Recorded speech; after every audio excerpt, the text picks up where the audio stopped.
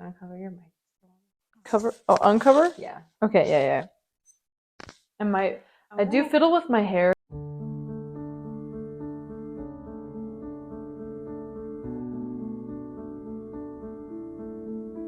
Hi, my name is Marin Anderson. I am from Annapolis, Maryland. I'm a military kid, so I'm kind of from Earth.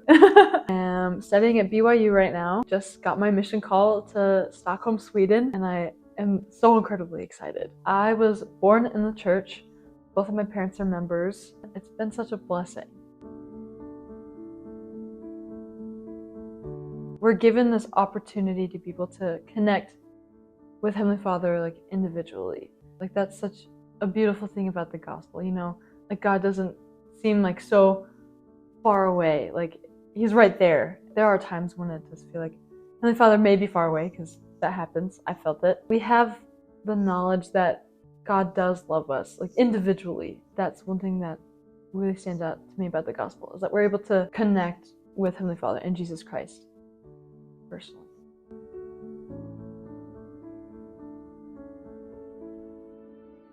I would say it's growing, like a work in progress. I do have a relationship with Heavenly Father. I'm working on my relationship with Jesus Christ. That's something that I think I've been focusing on a lot recently, is where I am with Jesus Christ. I know that He's there and that He loves me, but I want a deeper relationship with Him.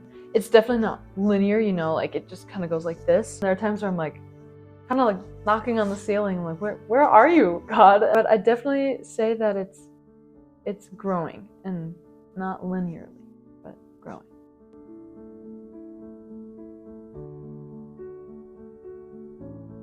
I think it's so important because I know that He's the source of healing and the source of comfort. He sacrificed so much for us, and I want to be able to feel that more deeply, like, in my soul. That's something that, you know, like, grown up knowing, I'm starting to learn that for myself, like, little bit by little bit now.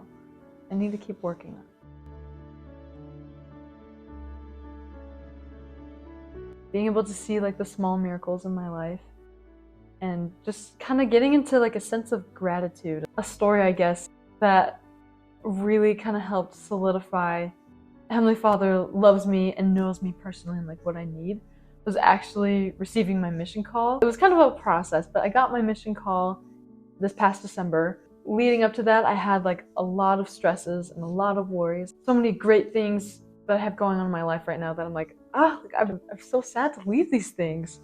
I remember kind of just getting to a point where I was like, you know what, like, Heavenly Father, this is important, and I think this is what you want me to do right now, so I'm going to do it. I remember leading up to getting my mission call, one of my biggest fears was getting called to an area that may not be, like, the safest, because I've heard lots of missionary stories of people being in really dangerous situations, and, like, knowing me, I was like, I can't do that. Like, I can't handle that right now.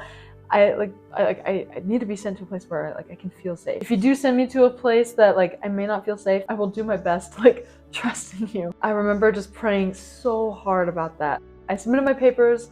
After that, I was like, oh shoot. I put my availability date for January 15th, which was just a date that, like, randomly came to me, and I was like, oh my gosh, that's, like, literally, like, 4 to 6 weeks. Like, that's not that far out. And I remember just praying. I was like, wow, this is literally all I can do right now is just pray. Like, if I were to leave in January, that'd be really, really scary. And I remember opening my mission call, and like, as I opened it, I read Stockholm, Sweden, and I just started crying. I've never, like, cried like that before. And I was like, wow, like, this feels so good. I know that I'm going to be safe, and I know that, gosh, Heavenly Father, like, wants me to go here, and that He wants me to He's watching out for me, wants me to be safe. I was expecting to cry.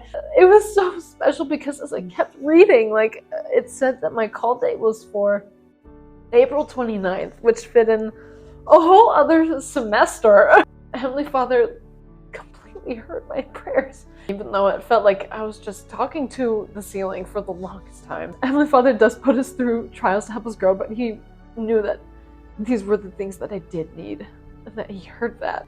He took that into account, and He was able to tell His servants, the apostles who gave me my mission call, that this is what I needed. And so that is honestly one of the biggest testimony growers that I've had recently, is just being able to know that Heavenly Father.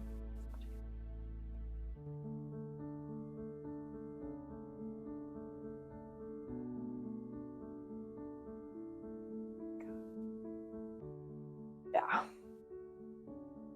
I really have. There have been small moments where it feels like God has just been like completely gone, but it's more so been like he's been hands off. I know that he's still there and that he's watching from afar and that he can hear me, even though sometimes it doesn't feel like it. Even though I've had these moments like where it really does feel like he's gone, he's far away, I can't reach him. I do trust though that he's there. Like there's just too much evidence like around us that show that there's a God. I can't like just completely give up on God because he's not talking to me 24/7. And I'd say like this go around and like kind of what I've been going through recently has been to finally like break enough to come and rely on Jesus Christ and to be like, I'm struggling with this, like can you please take this from me? That's what I've been learning, that Heavenly Father is wanting me to reach out to other people and reach out to him.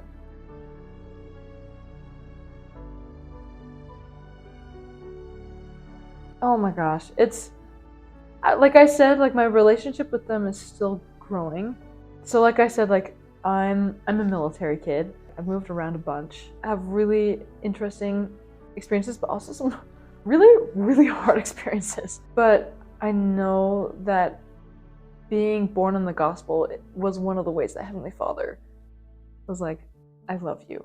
I think that if I wasn't born in the church, my life would just be completely different. Having a relationship with them has blessed my life to help me be able to have a greater perspective on life and be able to appreciate what I have been given and also to rely on them through the hard times. Yeah. Yeah. Bam. Good.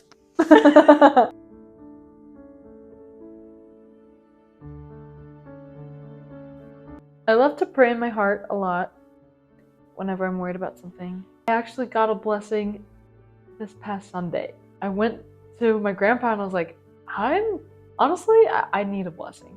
I think that that's how, right now, how I'm doing my best to show my love and faith. Showing that even though things are really hard, I'm still willing to come to them for comfort and guidance.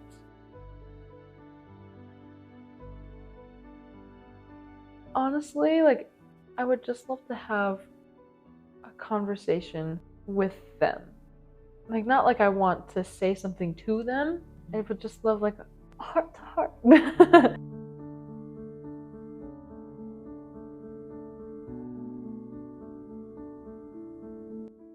It sounds so cheesy, but you're not alone. Like, take me as living proof. You don't have to put that in there. I'm gonna put that in there. No.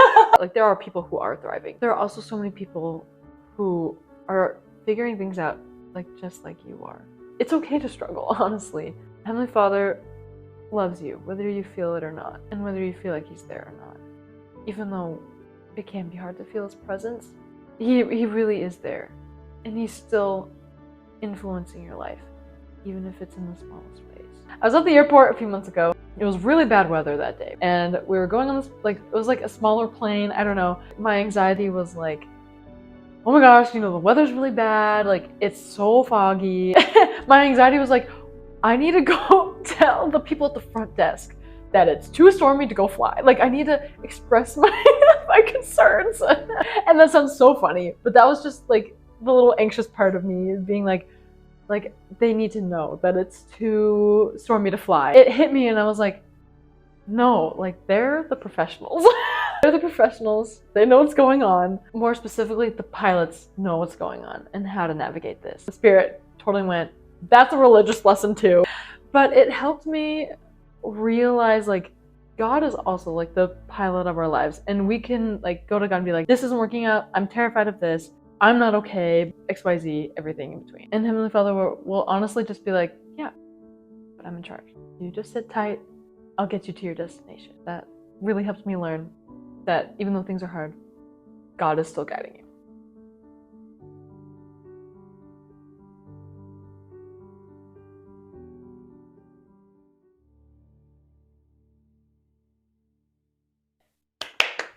Great. Anyway, thank you. Thank you. Take a bow to the camera. Bro, what the freak? I'm crying so much. Okay, I'm just Bloopers. dabbing my makeup. Crying feels so good sometimes, you know? Like, is it still pink? I feel like when it comes to like, hold on. Thanks. I like that. We're being open here. Never mind. I thought the light changed. Oh. Yeah, it looks good. Maddie, there. Yeah, it's just, is the word incomprehensible? Wait, I don't know words. Don't take that out. Yeah, I just can't comprehend it. Okay, restart. How has having a relationship with them blessed your life? With God and Jesus? I don't know why I thought you were referring to my parents for some reason. I think that that's such a blessing. Remind me of the question again. Feels like I need a burp. It's not coming. They just lay they lay their hands on your head. Lay your hands. Maybe. Sorry, I feel like I'm just ruining this interview. Okay, I'll restart. Can I share this on any and every social media platform? Yes. This is Marin Anderson signing off.